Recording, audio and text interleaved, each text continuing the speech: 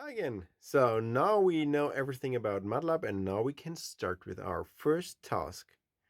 It's already in the background here. Let's create the first plots.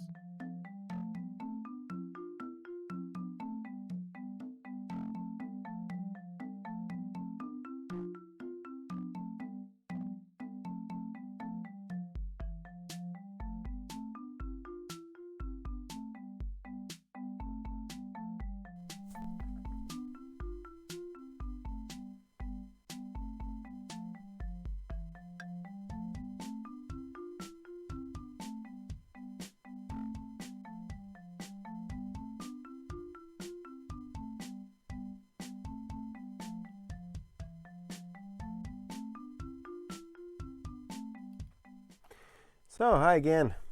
Today I just want to give you the tasks for the next week. You find it in the Moodle. So for all of the students of my course, you find the stuff here.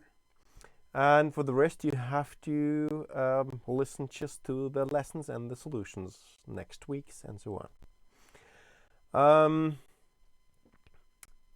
What you get is you can download these 4 different group files.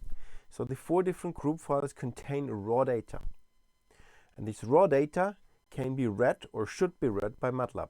Everything what you need, you learned in the first theoretical lessons. And things which you not learned, maybe you find easily with a hint which I gave you. So search the internet, go to the help pages, and then try.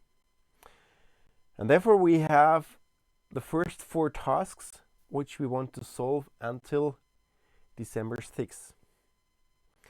The first task is that we want to read the XLS data. So we want to read these real Excel files without any additional things. So we have not learned about that. So search the internet with your knowledge of function use and things like that. You should be able to easily read the Excel file. If not, then task 2 is your task. Convert the Excel file so that you can read it with Matlab. You've heard about 2 simple methods to read data: load and save. So what do they really need? They read a table. But remember, tables or matrices must be well dimensioned. So it's not possible to mix text and numbers. So what does it mean? It's not possible to directly use the Excel file as it is, because the Excel file has headlines with text and the data. So what to do? Convert it. Just give you a hint. Excel can do a text file with tab or tabulator separated columns. And this is exactly what you need. So prepare it with Excel and then load it with the simple Matlab functions. So this you should easily can do. And then maybe try this again. If you have the data available here, then try to store the red data from here in the style like here. So you take the data from here and then store it like the text data. So you store it with text. Here you have it read as Excel file. Then you have it available in the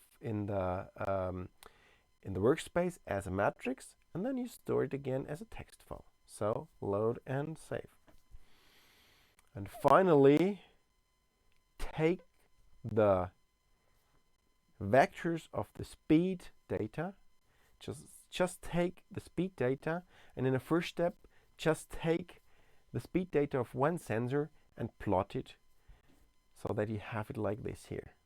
And then try to plot all speed data so that you have 19 different plots for all sensors. So this is the task what you should solve. And next week you will get a possible solution. And we'll see each other in the tutorial, in the real live session. Bye bye.